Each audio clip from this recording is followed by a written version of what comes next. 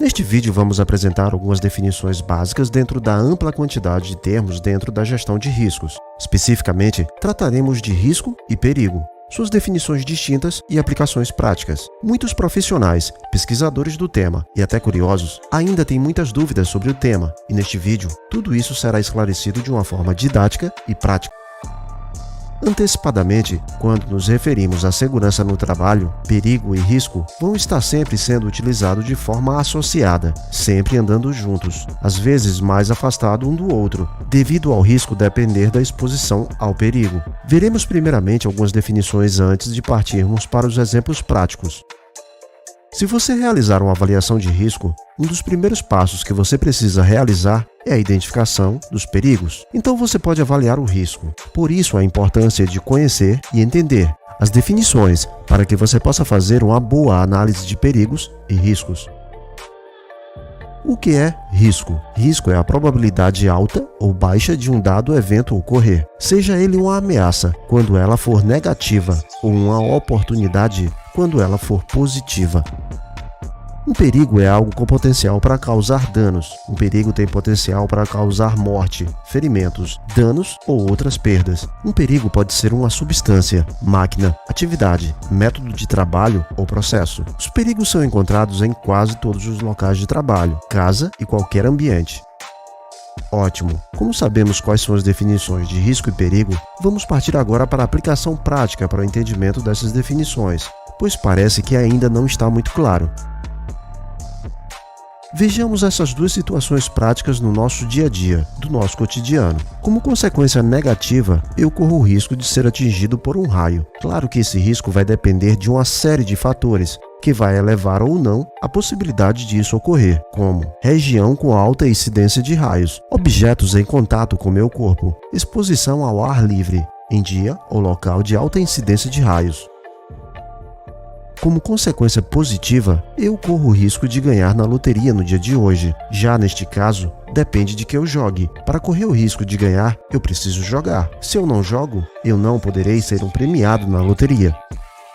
Veja que neste exemplo, o risco positivo ou negativo de um dado evento, para que ele exista, depende da exposição. Já os níveis de risco, seja ele baixo ou alto, vai depender de fatores como exposição, quantidade, frequência, controles e etc.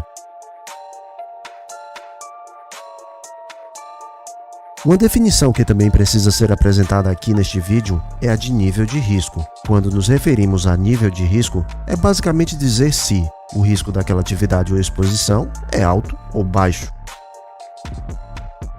De uma forma geral, os níveis de risco podem ser avaliados usando como referência 4 fatores: quantidade de pessoas expostas, frequência de exposição. Subjetivamente deve ser usado valores de probabilidade de ocorrer e qual a severidade caso ocorra. Usando esses valores para o risco avaliado, poderá-se chegar à representação do nível de risco.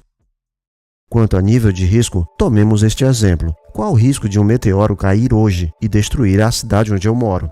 Analisando o histórico, já fomos atingidos por alguns, mas não a ponto de destruir cidades, matar pessoas, etc. O risco é baixo, exceto pelo meteoro que acabou com os dinossauros. Isso, a teoria que eles afirmam.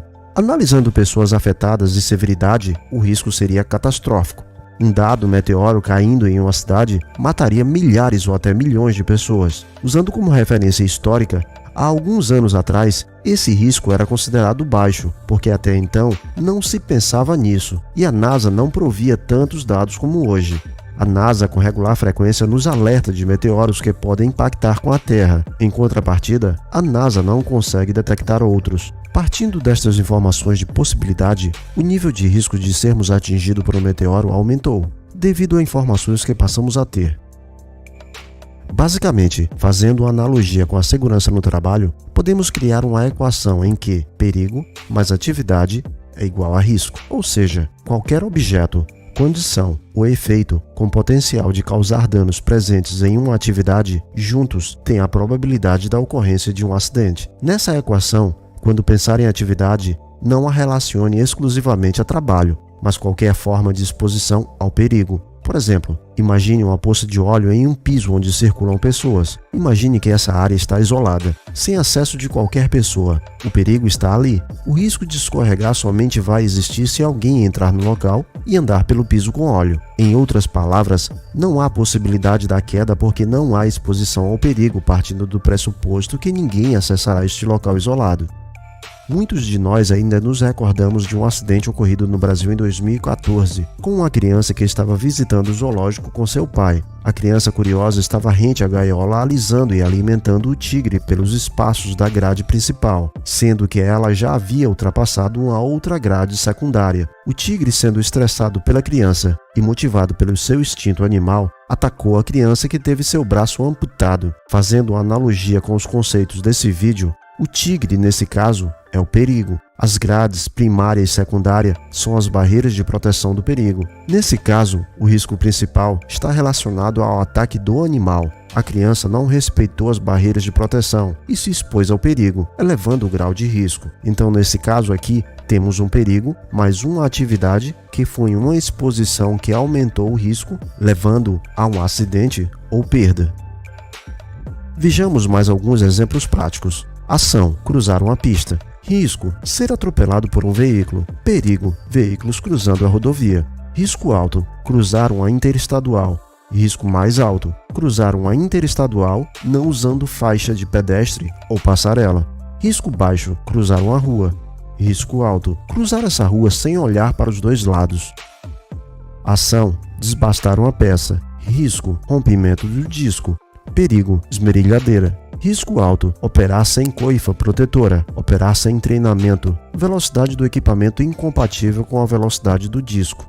Risco baixo: disco romper seguindo todas as medidas de segurança.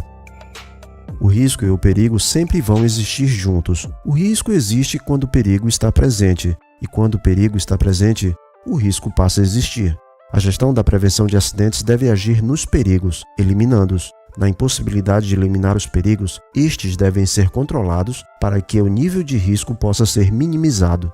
Em uma montagem de andaime, um dos perigos é trabalho em altura, embora haja outros relacionados ao perigo trabalho em altura. O risco principal é queda. Precisamos evitar ou minimizar os danos decorrentes dessa queda. Para isso, precisamos gerenciar o perigo, que é o trabalho em altura. Como fazemos isso? Podemos eliminar o perigo simplesmente não montando o andaime. Como isso não é possível, adicionamos medidas de prevenção e mitigação. Para fazer com que o risco de queda em altura seja minimizado, devemos trabalhar nos perigos. Estes devem ser mitigados, prevenidos, analisados, mensurados e corrigidos. São os perigos que ocasionam os riscos. Prevenção: conjunto de medidas ou preparação antecipada de algo que visa prevenir uma ocorrência. Exemplo: treinamento. O conhecimento sobre dado assunto faz com que os procedimentos sejam seguidos, consequentemente, o risco seja evitado.